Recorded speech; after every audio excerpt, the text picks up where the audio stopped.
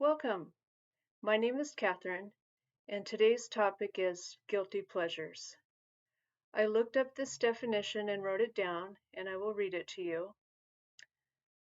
Something such as a movie, television program, or a piece of music that one enjoys despite feeling that it is no longer generally held in high regard. Now, I got this idea from a book I have. It's called Music Listology. It's written by Lisa Nola, and her illustrator is Michael Gillette. Copyright 2009. And it just asks topic questions, and you fill out your answers. It's a creative writing journal. I'm going to turn to page 99.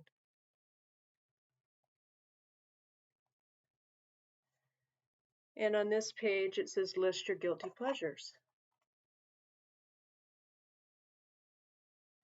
And you see they give us an example of Barbra Streisand. So in this video, I will share 4 CDs from my collection that I believe are my guilty pleasures. CD number 1, Casey and the Sunshine Band.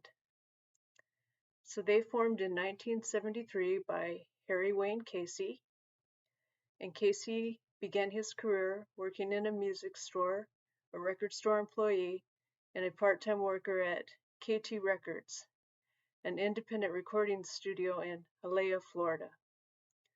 While working at the record store, customers would come in and ask Casey, "I'm looking for a song, but I don't remember the title." And he thought, if I make music, I'm going to make sure people know the title of my songs. And it's very easy. The title of his songs are in the chorus. So here are some fun facts about Harry Casey's music. His favorite music when he was a young person was upbeat Motown tunes, and he likes James Brown. His first #1 song was Rock Me Baby, and it was performed by George McCrae. This song reached #1 in 51 countries. Other #1 songs: Get Down Tonight, I'm Your Boogeyman, Shake Your Booty, and Please Don't Go. #2 songs: Keep It Comin' Love, and a duet with Terry DeSoto called Yes I'm Ready, and this came out in 1980. And the song Boogie Shoes reached #7 and it on the Billboard Hot 100. This song was on the Saturday Night Fever movie soundtrack, and this soundtrack sold 16 times platinum in the US. But with the changes in the music scene in the late 70s, with new wave and punk rock, and the backlash against disco, Casey's chart success started to suffer. His last significant hit was Give It Up, which reached #18 on the US Billboard, but it went to #1 in the UK. Now, as a kid, I absolutely loved Casey and the Sunshine Band music. And I like the session musicians. I love the horn section. And Casey is a keyboard player.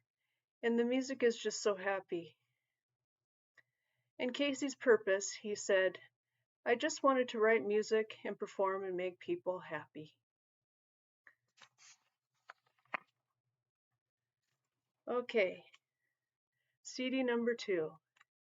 So hang with me, folks, and please don't go. Barry Manilow. This is called the Ultimate Manilow. And I found this at a thrift store for about $1.99, and I saw the title, and it just brought back memories of listening to the radio when I was a child. And I opened it up, and I saw these beautiful clouds and this light blue, and blue is my favorite color, so I had to get it. So here are some fun facts about Barry Manilow. He attended the New York College of Music and worked at CBS to pay for his expenses. Afterwards, he studied musical theater at Juilliard. And it isn't easy to get into Juilliard, and it's a lot of hard work to graduate. He began as a commercial jingle writer, and the following are three well-known commercials by Barry Manilow. One is Like a Good Neighbor, State Farm is there. Number 2, I am stuck on Band-Aid, there's a Band-Aid stuck on me. And number 3, you deserve a break today at McDonald's. And his first hit song was Mandy. This song was written by Scott English and Richard Kerr. It reached number 1 in 1975. But the song was originally titled Brandy. It's just they changed it because of the hit song by Looking Glass, Brandy, You're a Fine Girl. And Barry Manilow has recorded 51 top 40 singles on the adult contemporary charts. 13 of these songs have reached number 1, 28 have been in the top 10. And he's also became a producer. He produced Bette Midler, Dionne Warwick, and jazz musicians Nancy Wilson and Sarah Vaughan. And he has created music for Broadway and films also. And this is why I like this Barry Manilow CD. He is a skilled piano player, both in classical and jazz music. The songs have good melodies, and he co-wrote and performed Bandstand Boogie. Now, as a kid and a teenager, I loved American Bandstand, and I never missed an episode Saturday morning at 11 o'clock a.m. Okay, CD number 3, Neil Diamond. I bought this CD at Walmart, and it was only $6.99. And I turned to the back of the CD for the track listing. There's 23 of his best songs. And I read this and I realized I know every single one of these songs. It even has my favorite song, Song Sung Blue. So why do I include Neil Diamond on my list? Well, there's a scene in the movie What About Bob, starring Bill Murray and Richard Dreyfuss, who plays Dr. Leo Martin. And here's the quote. Dr. Martin asks Bob, "Are you married?" Bob answers, "I'm divorced." "Do you want to talk about this?" Bob says, "There are two kinds of people in this world, those who like Neil Diamond and those who do not. And my wife liked Neil Diamond." So I'm going to turn to page 47 in Listology, and I have it marked.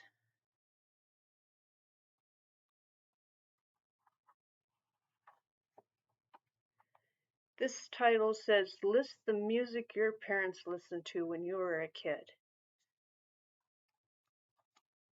And look at their example. It's Neil Diamond. Now, I don't think my parents were fans of Neil Diamond. I think the real fan was me. And these are the songs I like on the CD. I like Forever in Blue Jeans. I think it has a great opening line. Money talks, but it don't sing and dance and it can't walk. I like Red Red Wine, Song Sung Blue, Holly Holy, which sounds like a gospel song, America, I'm a Believer, which was covered by the Monkees, and Brother Love's Traveling Salvation Show. He sings his heart out on this one. So those are 3 artists. And just for fun, I want to show you guys a CD I found at a thrift store for 25 cents. It's called The People Who Hate Classical